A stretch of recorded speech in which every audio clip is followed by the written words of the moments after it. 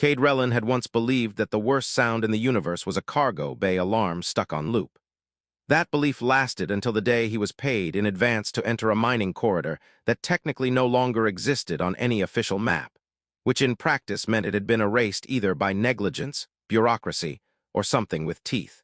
The Hellion belt always looked calmer from a distance, like a band of frozen light wrapped around a sleeping giant. Up close, it behaved more like a machine that had forgotten it was supposed to be dead. Cade's shuttle drifted through it with the patience of someone pretending not to notice the faint vibrations running through the hull. The ship's AI, a model so outdated it occasionally asked permission before executing basic functions, cleared its throat in his headset. "Reminder," it said politely, "you are currently trespassing in a classified collapse zone." "I am not trespassing," Cade muttered. "I was invited by extremely convincing credits." The AI paused, as if considering whether morality applied to economics. Acknowledged.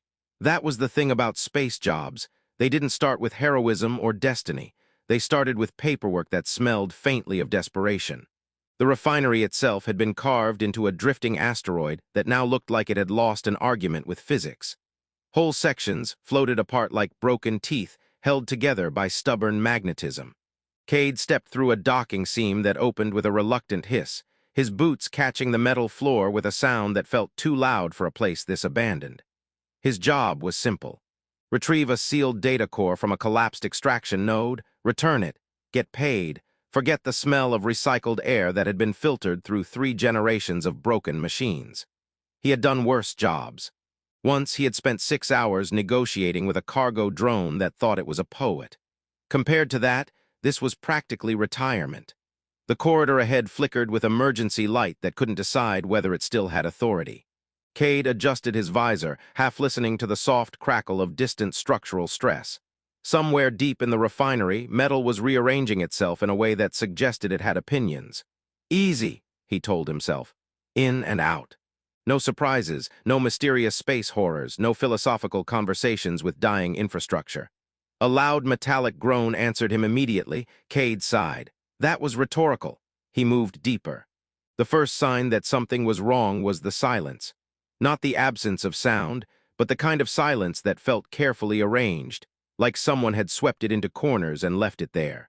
Even the ventilation hum was missing, which in space stations usually meant either a catastrophic failure or a budget meeting gone too far. Then he saw the bodies, or what remained of them. Not human, not entirely. The shapes were wrong in the way that made his instincts insist they were only temporary arrangements, like someone had assembled them quickly and left the instructions unfinished. Metallic fragments floated near them, pulsing faintly with residual energy signatures. Cade crouched behind a fractured support beam. "Okay," he whispered, "so this is not a routine job." His comm crackled. "Define routine," the AI asked. "I don't know anymore," Cade said. Something moved at the edge of his visor's range, a shift in light. A distortion that wasn't quite stealth technology but behaved like it had studied stealth technology and decided to improve it emotionally. Then the corridor exploded into motion. Drones emerged first, sleek, insect-like machines with blades that unfolded like surgical tools. They moved with coordinated precision, sweeping the corridor in arcs designed to erase anything that qualified as living or at least inconvenient.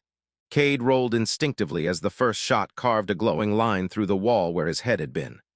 "Okay," he said aloud, "definitely not routine." He ran. The refinery responded to the chase like it had been waiting for entertainment. Walkways shifted, panels collapsed, a door opened and immediately regretted it. Cade sprinted through it anyway because hesitation was how people became cautionary tales. Behind him, the drones adjusted their formation, efficient, calm. Personally offended by his continued existence. "I would like to file a complaint," Cade shouted as he ducked under a collapsing pipe. This mission was advertised as low risk. The AI responded, "Marketing materials are not legally binding." "That's not, you know what, never mind." He skidded into a larger chamber, half-lit and partially flooded with floating debris. In the center stood something that did not belong in any mining facility, any human classification system, or any reasonable interpretation of reality. A throne-like structure, grown rather than built, made of material that seemed to shift between stone and light depending on how closely it was observed. And on it sat her. At first glance, she looked human. That was the unsettling part, almost human enough to trick the mind into relaxing right before noticing the details refused to cooperate with familiarity. Her ears were long, elegantly elongated, tapering into faint, luminous edges that pulsed softly, as if they were listening to something beyond sound. Her posture was still, controlled, and far too aware of everything happening in the room. Her eyes met his. Cade forgot how to breathe for half a second, which was inconvenient because running required oxygen and dignity. She tilted her head slightly, and the movement made her ears shift like tuning instruments adjusting to a new frequency. Behind him, the drones entered the chamber. "Oh," Cade said quietly, "you've got to be kidding me." The alien queen stood. That was when things stopped feeling like survival and started feeling like history making notes about him personally. She raised one hand. The drones froze midair, not stopped. Frozen, as if time had briefly lost interest in their continued participation. Cade stared. "I'm going to assume that's normal for you people." Her gaze shifted to him, calm. Measuring, not hostile, but not particularly comforting either. Like someone evaluating a broken tool that had somehow completed a useful function anyway. She spoke. Her voice didn't echo, it layered. "You interfered." Cade blinked. "I accidentally got involved in extremely dangerous circumstances due to poor career choices." A pause. One of her ears twitched slightly. He wasn't sure if that was amusement or recalibration.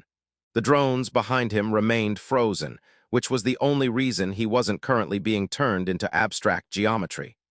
"I didn't mean to interrupt anything," Cade added quickly. "If this is a private assassination attempt or ceremonial execution, I can absolutely reschedule myself out of it." That earned something, a subtle shift in her expression, not a smile exactly. More like the idea of humor passing through an ancient system and being cautiously interpreted. "You survived," she said. "I'm very committed to survival," Cade replied. "It's one of my stronger personality traits." She stepped closer. Cade immediately decided that proximity was now his least favorite concept. The air around her felt different, like gravity had developed an opinion. Her ears angled slightly, catching signals he could not hear. The drones remained suspended, obedient to her will or physics or both. "You were not meant to be here," she said. "Agreed," Cade said. "Strongly agreed. I would like to file a formal complaint with the universe." One of her ears tilted again. He was starting to suspect that might be laughter. Behind him, something in the refinery groaned as if reality itself was trying to politely excuse itself from the situation. She studied him for a long moment, and Cade had the uncomfortable sensation that he was being assessed in ways that had nothing to do with his immediate survival, and everything to do with categories he didn't yet understand. Then she spoke again. "You will come with me." Cade stared at her. "Is that an order or a suggestion?" A pause. "Both," he exhaled slowly. "I really need to update my employment agreements." The drones deactivated in a single synchronized collapse, dropping like puppets whose strings had suddenly lost interest. The silence that followed felt heavier than the explosions had. Cade looked around, then back at her. "So just to clarify, I was hired to retrieve a data core, accidentally interrupted an assassination attempt on interstellar royalty, and now I'm being recruited." "You are being observed," she corrected. "That feels worse, honestly." Her ears shifted again, subtle and deliberate, like she was filing that comment somewhere permanent. Cade raised a hand slightly. "Before we continue this extremely life-altering conversation, I would like to confirm one thing." She waited. "Are you going to kill me?" A pause, then almost thoughtfully, "Not immediately." Cade nodded slowly. "That is not as reassuring as I hoped, but technically still information." She turned, and the chamber responded, pathways unfolding where there had been only collapsed architecture moments before. The refinery itself seemed to yield to her presence, reshaping its broken structure into something navigable. Cade followed because, at this point, refusing felt like a philosophical exercise rather than a survival strategy. Behind them, the frozen drones finally dissolved into inert fragments, as if reality had decided their existence was no longer relevant. Cade glanced at the queen walking ahead of him, her long ears catching the faint light like quiet signals from another system entirely. "Well," he muttered to himself, "this is either the beginning of a very bad decision or the worst promotion in history." She didn't look back, but one of her ears tilted slightly, as if she had heard him anyway. Cade had expected many things after being told he was coming along. A holding cell, a negotiation room. possibly a polite execution chamber with ambient lighting and disappointing snacks. What he did not expect was architecture that felt like it was remembering itself as he walked through it. The corridor he followed the alien queen down was not fixed in any traditional sense. Walls shifted in slow, deliberate waves, as if the structure was adjusting its posture around her presence. Light sources hovered without visible anchors, drifting like curious thoughts that had escaped their original owner. Cade tried not to stare too long at anything, because everything seemed mildly offended by being observed incorrectly. He leaned slightly toward the queen. "So, quick question. She didn't slow her pace." "That's usually my favorite kind," Cade continued. "Am I being kidnapped in a ceremonial way, or is this more of a bureaucratic situation?" A pause. "One leads to records," she said, "and the other depends on the outcome." Cade nodded thoughtfully. "I see, so either paperwork or existential uncertainty, classic interstellar options." One of her long ears tilted slightly, and he had begun to suspect that was the closest thing she had to laughing. They passed through a gate that didn't open so much as decide not to exist for a moment. On the other side, Cade found himself inside something that could only loosely be called a transit hall, though it had more in common with a starship pretending to be a cathedral that had taken a few philosophy courses. He stumbled slightly as the floor recalibrated under his boots. "Okay," he muttered, "your floors are actively judgmental." "They stabilize according to intent," she replied. "That explains a lot about my life, actually." A soft pulse of light moved along the walls, reacting to their passage. Cade noticed symbols forming and dissolving faster than he could process, like the station was trying out ideas and immediately rejecting them for being too emotionally complicated. "Is everything here alive?" he asked. "Define alive," she said. Cade opened his mouth, then closed it again. "You know what? I regret asking already." They reached a chamber where the scale changed again.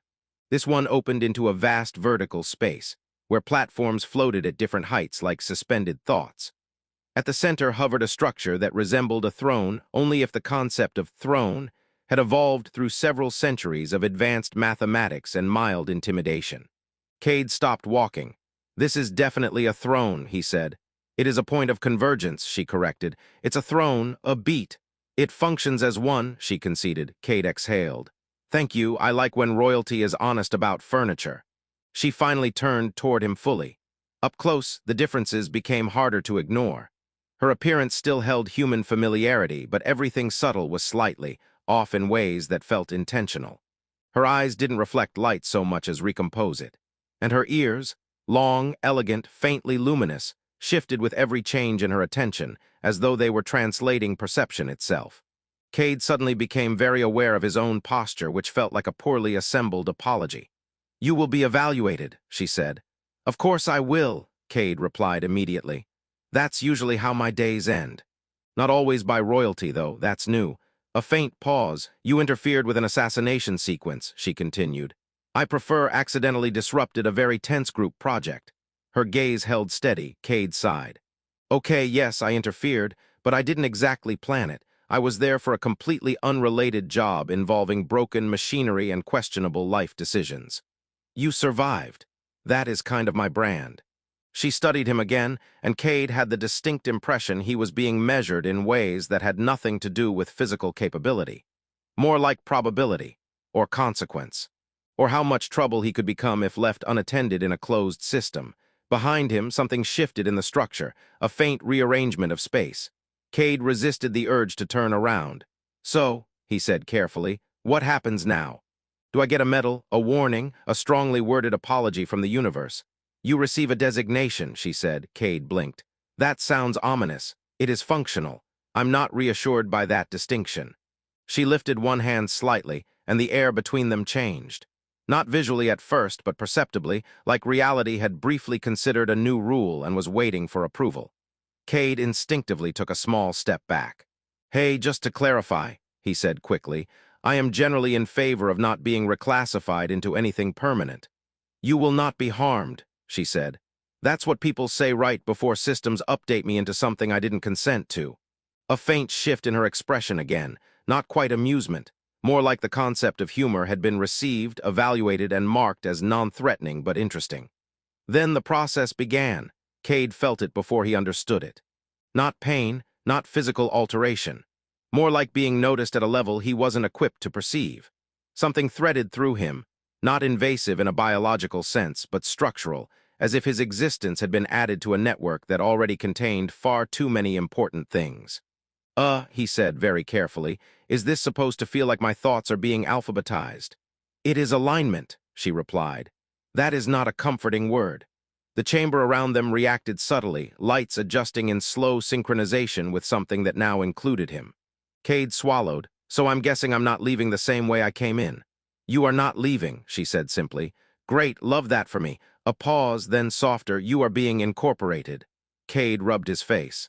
That sounds like I'm about to become office equipment. One of her ears tilted again, definitely amusement this time. He was getting better at reading that. The sensation stabilized. Whatever had threaded into him settled into something less like intrusion and more like acknowledgement. He could still think normally, still panic normally, which he considered an important benchmark of continued survival. He looked at her. So what exactly did you just do to me? You are now recognized, she said. Recognized as what? A long pause. Relevant. Cade stared at her. That is possibly the most terrifying compliment I have ever received. A distant hum moved through the chamber, as if the structure itself approved of the outcome. Then alarms, subtle ones, not urgent but politically sharp, began to ripple through the space beyond the chamber. Not physical alarms. More like information reacting too loudly. The Queen turned her head slightly. Cade noticed the change immediately. The calm around her didn't break, but it sharpened. Like a blade that had just realized it was being observed by enemies. Oh, Cade said quietly, that sounds like other people finding out I exist. Correct, she said. Do they usually react like that? Only when relevance shifts, Cade sighed. So I've upgraded from unknown contractor to problem with paperwork attached. A faint pause. That is accurate. He looked around again, realizing for the first time that the floating platforms in the chamber were subtly adjusting their positions, not randomly, but in relation to him. As if the system was reevaluating spatial priorities. Okay, he said, voice lowering slightly. I feel like I should mention I was not trained for this level of being noticed. No one is, she replied. That feels like it should have been in the orientation manual. There is no manual. Cade nodded slowly. Of course there is. The Queen stepped closer again, and this time he didn't retreat immediately. He was starting to understand that proximity wasn't always threat. Sometimes it was calibration. You will remain under observation, she said. I'm sensing that's not optional. It is not. Honesty again. I appreciate the consistency, even if I don't love the content. A faint pause, then she added almost idly, you are unusual. Cade blinked. That sounds like something you say about malfunctioning equipment. Sometimes, she admitted. He exhaled. Great, so I'm either a diplomatic asset or a very confused error message. Her ears shifted slightly. Cade pointed at them. I'm starting to think those are emotional indicators. They are not, she said. They absolutely are. She did not deny it, and that, Cade decided, was probably the most alarming confirmation so far. Beyond the chamber, the system continued adjusting to his presence. Somewhere in the vast architecture of the ship city, decisions were being rewritten in real time. Cade looked up at the impossible space around them, then back at the Queen, who stood as if none of this required urgency. So, he said finally, just to summarize my current situation, I came here for a job, accidentally got involved in royal chaos, and now I'm officially relevant. Yes, she said. Cade nodded. Cool, cool, cool, cool. Love that journey for me. A faint pause. Then, for the first time, something almost like a smirk passed across her expression, and Cade realized with growing concern that he was no longer sure which part of his situation was the most dangerous. The Empire noticing him, or the Queen finding him interesting. Cade had once believed that political fallout was a metaphor people used when they didn't want to explain actual consequences. That belief lasted until the first ripple of reality adjustment hit the Alvian court, and half the outer observation lattice briefly reclassified itself around his presence. It felt to him like the universe had suddenly decided to highlight his existence in neon and ask if anyone had objections. He stood on a suspended platform that shifted subtly beneath his boots, recalibrating every few seconds as if uncertain whether he deserved stable flooring. Below him, the vast structure of the ship city unfolded like an engineered thought experiment. Streams of light moved through it in controlled currents, carrying information that now, inexplicably, included him. Okay, Cade muttered, staring at the distant systems responding to his presence. I would just like to officially say I miss paperwork. The alien queen stood a few steps away. Her long ears tilted slightly, reacting to the changes cascading through the court's network. Unlike Cade, she did not seem alarmed. If anything, she looked mildly entertained, like someone watching a machine discover an unexpected function in itself. You are destabilizing classification structures, she said calmly. That sounds like something I should be wearing protective gear for, Cade replied. A faint pause. You are not injured. That's debatable emotionally. One of her ears angled toward him. He had learned by now that meant she was listening more carefully than she admitted. Far below, movement stirred across the court. Not panic exactly, but the controlled chaos of political organisms realizing something had changed without their consent. Representatives from multiple factions, some visible, some only partially rendered through projection layers, began converging in distant chambers. Cade leaned slightly forward. So, quick question. Are those people coming for me or against me, or is it one of those situations where I find out through a trial I didn't agree to attend? They are evaluating, she said. Ah, my favorite kind of being alive. She stepped closer to him, and the space around them subtly adjusted again. The system didn't resist her presence. It deferred. You were granted continuance, she said. I still don't know what that means, Cade replied. It means your existence is now structurally acknowledged within Alvian governance. Cade blinked. That sounds like I got filed. You did. Cool, I hate it. A faint pause, then almost gently, you also altered outcomes. Cade frowned. I fixed a broken corridor and accidentally disrupted an assassination attempt. I feel like those two things should not share a category. They do, she said. That feels like a design flaw in your entire civilization. For a moment, something like silence settled between them, though the ship itself was never truly silent. It hummed with recalculating systems, distant decisions rewriting themselves in real time. Then Cade exhaled and looked out across the vastness again. So what happens now? He asked. Do I become court property, symbolic furniture, intergalactic cautionary tale? The Queen regarded him for a long moment. Her ears shifted subtly, catching signals beyond his understanding. You become associated, she said. That's worse than all three of those combined. A faint pause, not owned, she added. Cade narrowed his eyes. That sounded like you had to think about it. I did. Love the transparency, really helps with the fear. Below them, the political convergence reached a tipping point. The factions had finished arguing and started agreeing on something far more dangerous. Attention. Cade felt it before he saw it, the shift in perception across the system. His presence was no longer passive. It was now an active variable in their calculations. Oh no, he said quietly. They've decided I'm a concept. Yes, she replied. I really preferred being a guy who fixes broken things for money. You still are that, she said. That feels increasingly incorrect. The court's central projection systems activated. Voices filled the chamber, not loud but layered. Multiple authorities speaking through controlled channels. They addressed the Queen first, as expected, but their attention kept slipping toward Cade like gravity misbehaving. He is unregistered influence, one voice declared. He is an anomaly, said another. He is human, added a third, as if that explained everything and therefore justified concern. Cade raised a hand slightly. Hi, yes, I'm here. I would like to propose a solution where I go back to not being perceived at this scale. No one responded directly. The Queen, however, did. You are reacting to uncertainty, she said to the chamber. A ripple moved through the system. Cade leaned toward her. Are you defending me right now? I am clarifying structure, she said. That sounded like defending me with extra steps. Her ears tilted slightly, definitely amusement now. The political voices pressed again, but something had changed. The system no longer treated Cade as an external object. He was integrated into the equations of governance simply by existing within the Queen's declared recognition field. In other words, they couldn't ignore him anymore. Cade sighed. So let me get this straight. I saved you, got promoted into existence itself, and now I'm a diplomatic variable nobody can delete without causing a system error. Yes, she said, that's honestly the worst career trajectory I've ever had. A pause, and yet, she added, you remain functional. I'm starting to think that's not a compliment. It took a few moments for the court to adjust. Long enough for Cade to realize something important. Nobody was attacking him. Nobody was arresting him.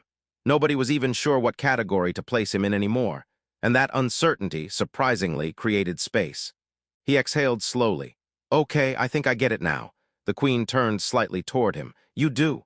I'm not a reward, he said. Not really, I'm a disruption. You didn't just thank me. You anchored me into your system so nobody can pretend I didn't matter. A faint silence. Then she said, correct. Cade gave her a tired look. You could have just said thank you. That would not have altered structure. I hate your entire species' approach to gratitude. One of her ears angled again. Almost playful. The court's tension began to shift. Without removing him, without rejecting him, they began adapting around him, rewriting protocols, adjusting influence maps. Slowly, cautiously accepting that something unplanned had entered the system and refused to collapse under observation. Cade watched it happen and felt something unexpected settle in his chest. Not pride, not fear. Something closer to absurd acceptance. So what now? He asked quietly. You remain, she said. That's not very actionable. It is stable. He looked out across the vast, reorganizing court, then back at her. I want something on record, he said, a pause. Yes, I still think this was a terrible day. A faint shift in her expression. Agreed, she said. Cade blinked. You agreed. You survived it. That is not the same thing. It is here. He laughed despite himself. Yeah, I noticed. The system continued settling. Opposition didn't vanish, but it softened into recalibration rather than hostility. Cade was no longer an intrusion to be removed. He was an acknowledged factor to be managed, a bureaucratic nightmare, a political inconvenience, a living proof that the Queen's judgment had consequences no one else could reverse, and somehow still alive. Cade leaned back slightly. So I guess I'm part of your court now. You are part of the structure around it, she corrected. Still sounds like furniture. A faint pause. Functional furniture, she added. He groaned. That's not better. Below, the system stabilized further. The Empire adapted, not cleanly, not easily, but undeniably. Eventually, the court's attention shifted away, not because he disappeared, but because they had run out of ways to classify him without causing themselves more problems than he caused. That Cade realized might be the closest thing to peace in this place. He exhaled slowly. So, he said, looking at her, what do I do with my life now? She regarded him for a long moment, ears shifting in slow, deliberate rhythm. You continue, she said. That's it. That is continuity. Cade nodded slowly. That is the least satisfying life advice I've ever received from royalty. A faint pause, yet you will follow.